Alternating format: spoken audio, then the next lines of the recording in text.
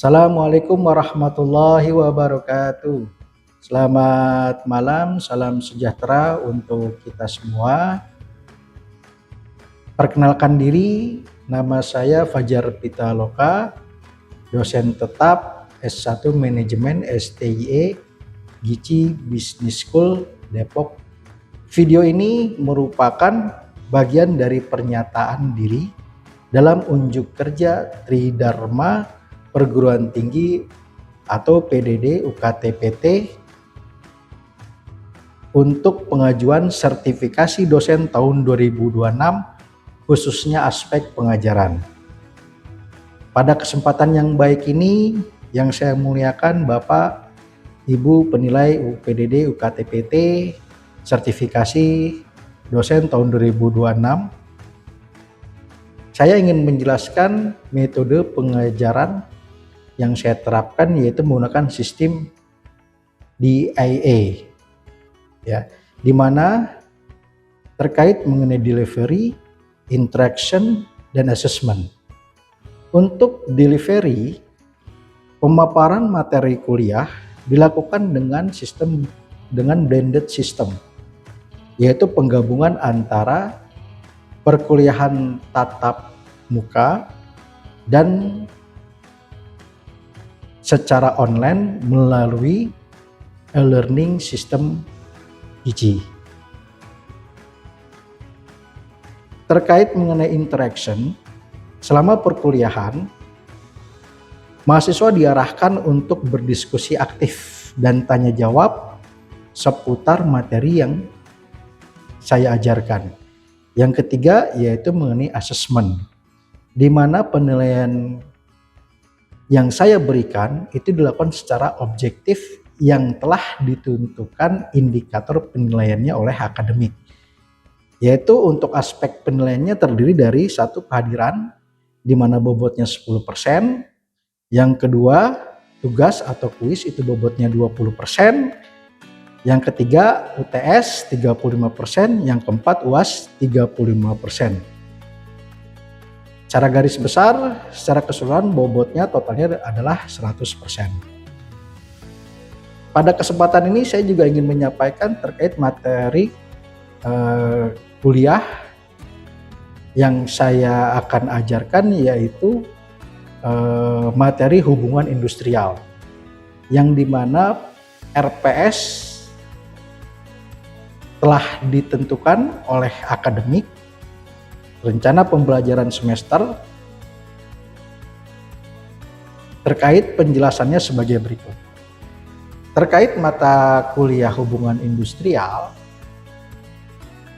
ini totalnya 3 SKS dengan keseluruhan pertemuan itu sebanyak 16 pertemuan, di mana pertemuan ke-1 sampai dengan ke-7 itu proses pembelajaran, pertemuan ke-8 UTS ujian tengah semester, lalu pertemuan ke-9 sampai ke-15 itu proses pembelajaran, dan pertemuan ke-16 itu proses ujian akhir semester atau UAS. CPL 1 mampu memahami dan menjelaskan prinsip-prinsip dasar hubungan industrial dalam hukum ketenagakerjaan serta regulasi terkait. CPL kedua mampu menganalisis dinamika hubungan antara pekerja, pengusaha, dan pemerintah dalam konteks organisasi. Yang ketiga mampu merancang strategi penyelesaian konflik dan perundingan bipartit, tripartit yang adil dan efektif. Yang CPL 4 mampu mengimplementasikan praktek hubungan industrial yang harmonis, berkeadilan, dan sesuai etika profesional. Yang kelima, menunjukkan sikap profesional bertanggung jawab serta menghargai hak dan kewajiban setiap pihak dalam hubungan kerja. Adapun dalam CPL tersebut, capaian pembelajaran itu terdapat capaian pembelajaran mata kuliah, yaitu CPMK 1, mahasiswa diharapkan mampu menjelaskan konsep dasar, fungsi dan tujuan hubungan industrial, serta hukum ketenagakerjaan yang berlaku di Indonesia. CPMK kedua, mahasiswa mampu menganalisis peran dan tanggung jawab pihak-pihak dalam hubungan industrial, pekerja, pengusaha, dan pemerintah. CPMK ketiga, mahasiswa mampu mengidentifikasi potensi konflik ketenagakerjaan dan merancang mekanisme penyelesaian sengketa yang sesuai prosedur hukum S3, KK2, dan KUK 3. Ya, CPMK 4, mahasiswa mampu mempraktekkan teknik negosiasi dan perundingan bipartit, tripartit secara etis dan profesional. Yang kelima, mahasiswa mampu menunjukkan sikap adil, empati, menghargai hak dan kewajiban semua pihak dalam konteks hubungan industrial. Pada CPMK tersebut, turunannya yaitu sub CPMK yang sudah saya rumuskan. Yang pertama, sub CPMK 1 menjelaskan konsep, prinsip, sejarah, dan hukum hubungan industrial. Sub CPMK kedua menjelaskan peran pihak terkait dan menganalisis kasus tripartit. CPMK 3 mengidentifikasi konflik, menjelaskan jenis perselisihan, prosedur penyelesaian, serta menyusun rencana solusi. CPMK 4 menjelaskan prinsip dan teknik negosiasi, membedakan teknik melakukan simulasi bipartit dan tripartit. Sub CPMK 5 menunjukkan sikap adil dalam diskusi, tugas, dan simulasi. Berikut yang saya jelaskan terkait mengenai RPS yang sudah saya buat berdasarkan ketentuan-ketentuan RPS terkait mata kuliah hubungan industrial. Demikian hal ini yang dapat saya sampaikan. Berikut proses pengajaran yang saya lakukan dalam ruang kelas untuk mata kuliah materi hubungan industrial. Ya. Assalamualaikum warahmatullahi wabarakatuh. Waalaikumsalam warahmatullahi wabarakatuh. Selamat malam semuanya. Salam sejahtera untuk kita semua. Alhamdulillah pada hari ini kita berjumpa kembali dengan mata kuliah hubungan industrial. Sebelum kita memulai perkuliahan hari ini, ada baiknya kita berdoa dulu. Mungkin bisa dipimpin sama Mbak siapa? Ya, Mbak Elin, silahkan berdoa dulu.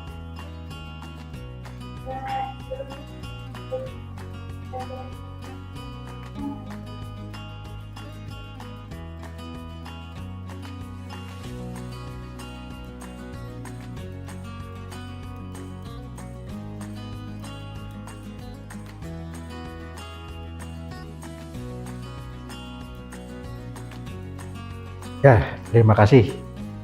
Oke, seperti biasa sebelum kita perkuliahan, kita absensi dulu. Ya, di sini silakan ditandatangani. Nanti sambil ini muter saja ya untuk absensinya. Seperti itu. Oke, untuk mata kuliah saat ini terkait materi hubungan industrial ya untuk pertemuan pertama.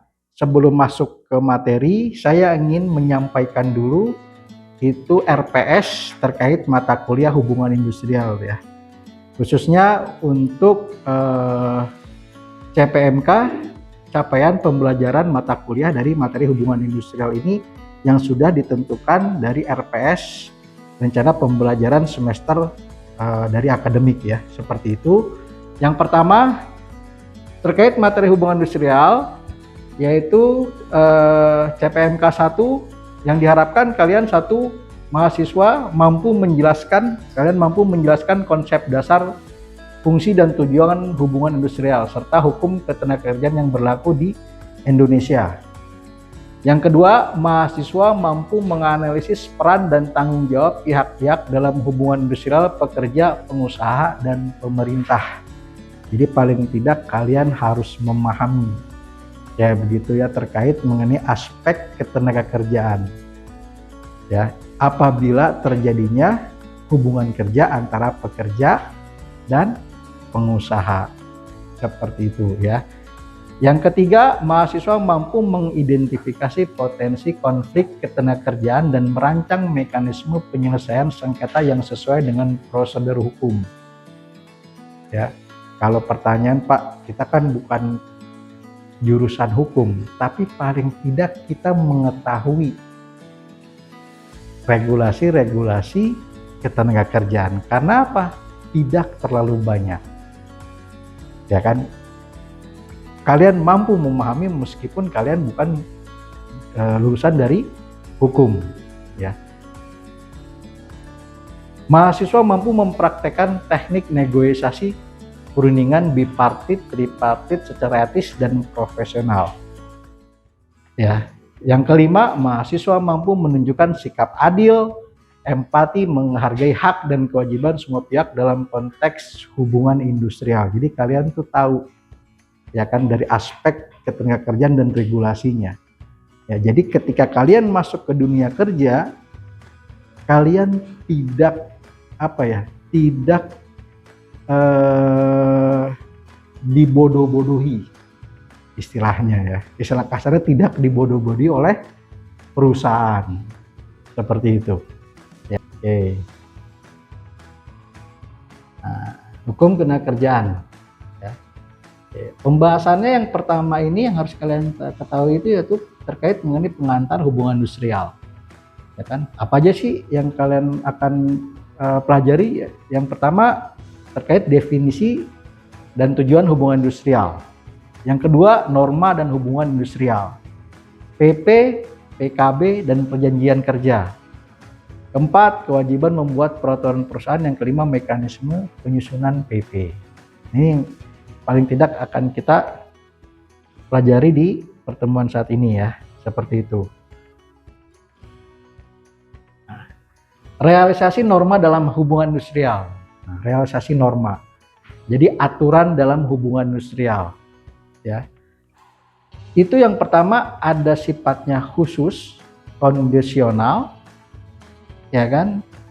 Nah, itu sifatnya khusus itu dalam norma dalam HI itu yang pertama, aturan yang bersifat lebih rinci dan tiap perusahaan umumnya memiliki sendiri-sendiri. Ini khusus nih ya untuk kondisional. Yang kedua, mengatur hal-hal yang diatur dalam aturan umum global. Yang ketiga, sering disebut persyaratan kerja. Ya. Nah, turunannya apa? Produknya, wujudnya, yaitu kalau individual dia bersifatnya perjanjian kerja. Yang kedua itu sifatnya kolektif, yaitu PP, peraturan perusahaan atau PKB. Nah, perjanjian kerja, pernah nggak kalian di sini yang punya pengalaman kerja? Ya mungkin sebelum kuliah, kalian SMA kerja dulu nih, pernah? Pernah nggak? Ada nggak? Pernah? Oke. Pasti ketika kalian kerja, itu disodorkan kontrak kerja. Benar ya? Kontrak kerja. Nah, itu merupakan persyaratan dasar dan mutlak adanya dan harus disodorkan yang namanya perjanjian kerja. Tapi ada saja perusahaan yang tidak membuat atau menyodorkan ke kalian itu perjanjian kerja. Ada itu perusahaan itu. Bahasanya dengan lisan saja, ya kan, udahlah kerja saja, yang pasti kan gajian, yang penting kalian dapat gaji, kan ada begitu ya, benar nggak? Udah kerja aja, ya kan, nggak usah pakai kontrak-kontrak lah. Nah, nanti akan kita bahas tuh perusahaan yang seperti itu seperti apa di mata hukum, yang menjalankan seperti itu bagaimana, ya kan? Dampak ke kitanya atau dampak ke perusahaannya. Kadang-kadang kan perusahaan semena-mena atau begitu kan ya, udah kerja aja ya begitu kan ya. Kita kadang-kadang nggak tahu ini, ya kan, seperti apa ya begitu. Karena kenapa? Kalau kalian ketahui ya status hubungan kerja ya yang terjadi antara pekerja dan pengusaha, status hubungan kerja. Nah, makanya tadi kita bahas, nanti akan kita bahas, kita kupas tuh.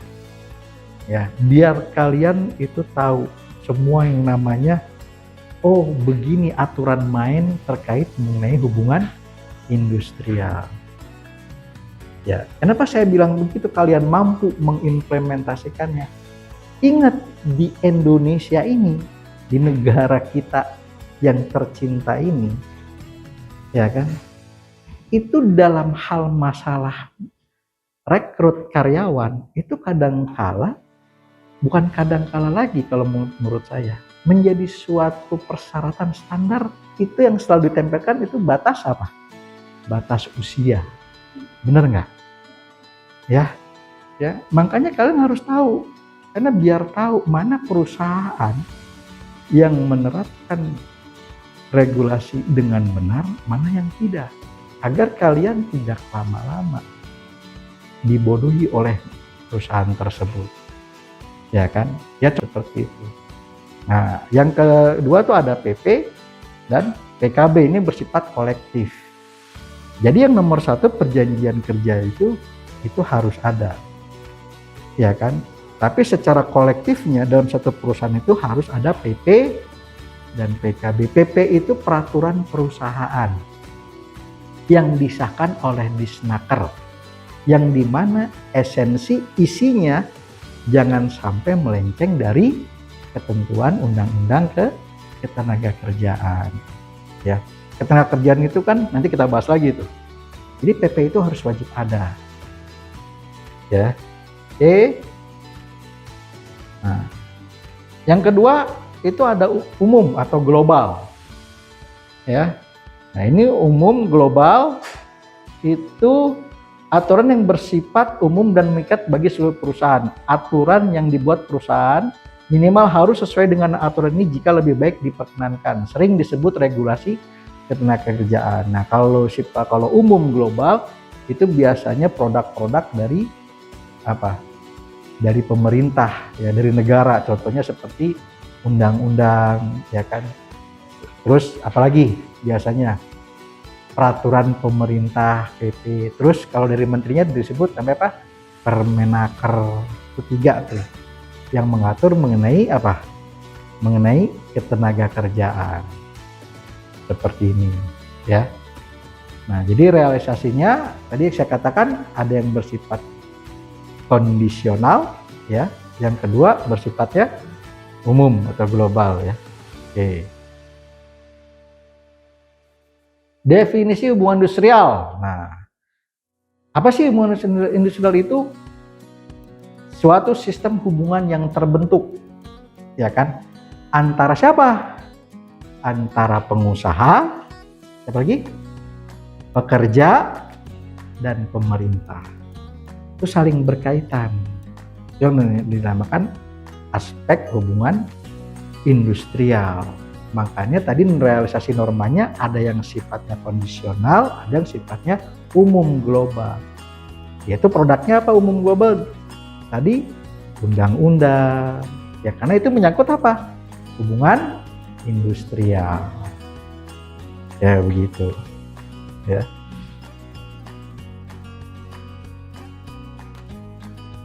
Jadi perspektif MSDM terkait hubungan industrial itu ya kan memiliki dimensi individual dan kolektif, di mana individual berkaitan ya kan dengan perjanjian perorangan masing-masing pekerja pengusaha, sedangkan kolektif menjelaskan hubungan pengusaha dengan serikat pekerja. Nah, tadi ada tuh di slide sebelumnya ada PKB, perjanjian kerja bersama ya.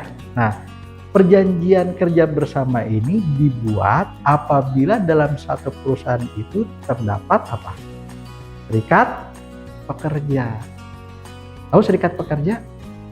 Nusok demo buruh. Namanya serikat pekerja.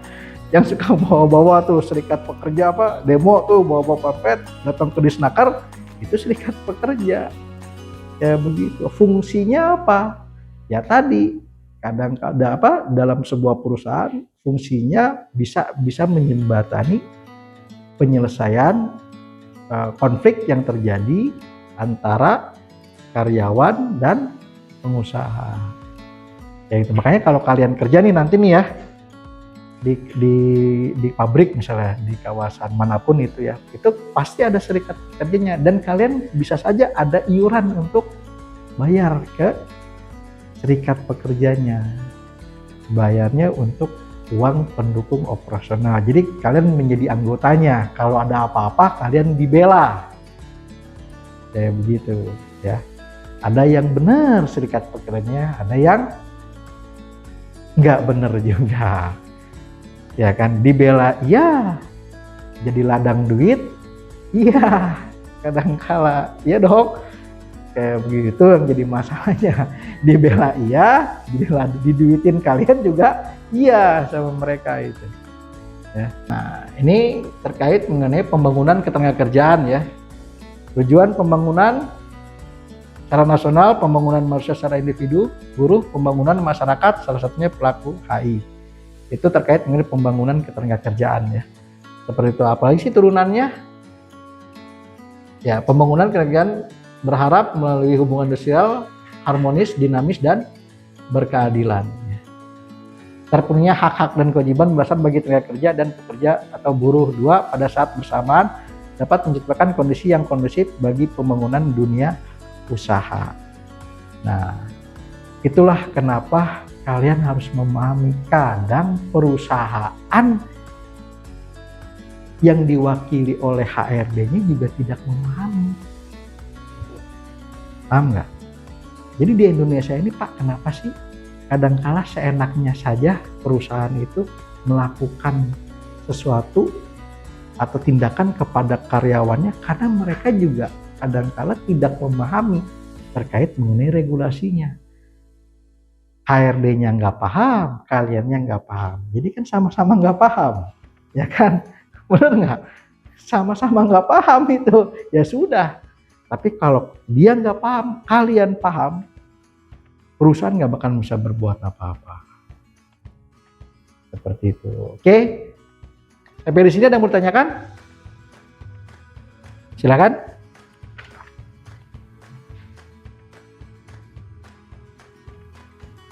Setiap perusahaan itu harus memiliki aturan. Ya, tadi yang saya katakan, perusahaan itu wajib memiliki PP.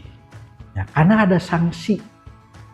Ya kan, karena ada sanksi dan hukumannya apabila perusahaan tidak mensahkan aturan perusahaannya ke Disnaker. Ya, itu sudah diatur di Undang-Undang Dasar nomor 13 tahun 2023, dengan penyesuaiannya itu Undang-Undang Cipta Kerja dan diperkuat oleh PP nomor 35 tahun 2021 kalau tidak salah. Itu wajib. Ya kan? Sanksinya ada.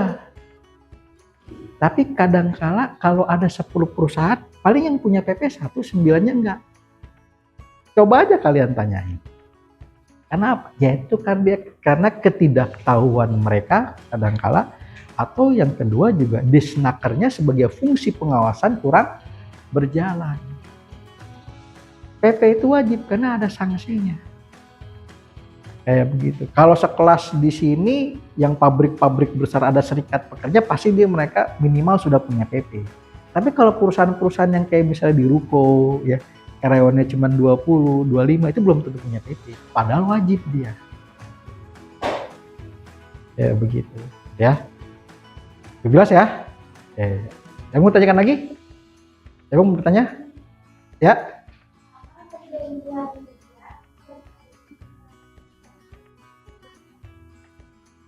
Ya, nah ini dia nih. Perjanjian kerja itu merupakan suatu hal mutlak. Makanya tadi di norma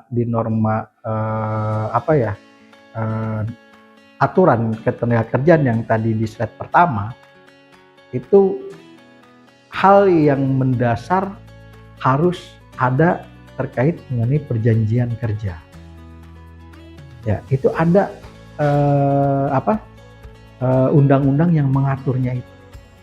Ya, karena begini, kalau terjadi hubungan kerja, ya kan, antara pekerja dan pengusaha, tapi tidak ada perjanjian kerjanya, ya, maka itu di mata hukum kalian sama saja itu statusnya bisa jadi karyawan permanen di perusahaan itu.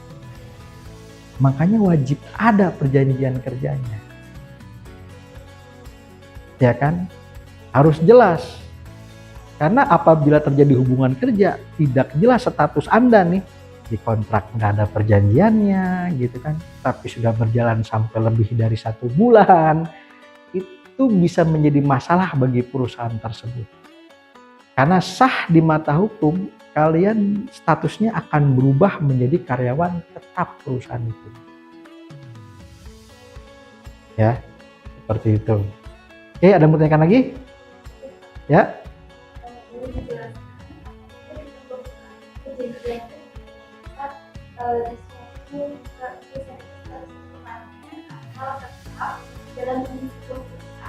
Nah, ya kurang lebih kalau untuk permanen, ya, meskipun tidak ada perjanjian kerjanya, kalian juga harus minta ke perusahaan tersebut itu yang namanya surat apa?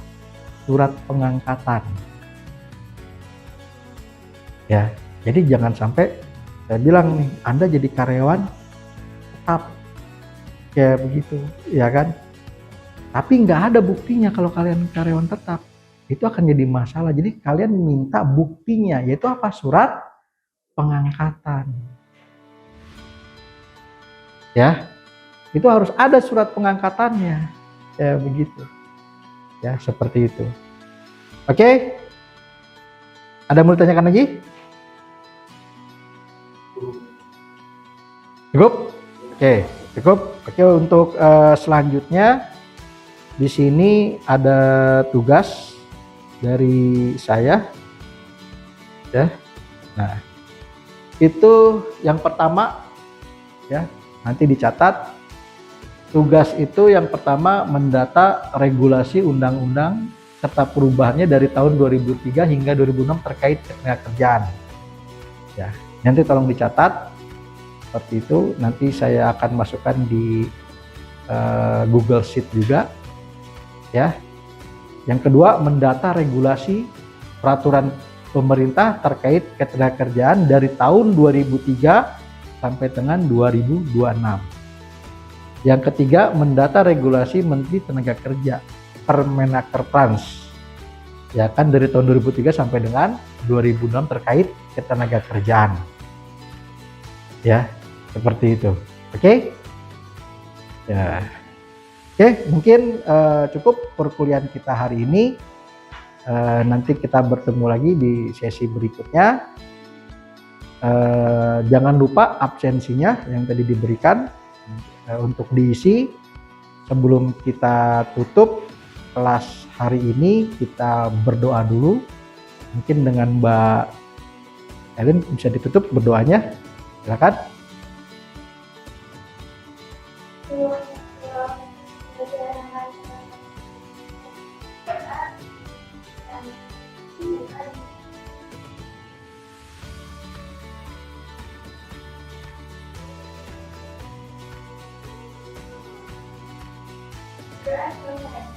Ya, terima kasih semuanya.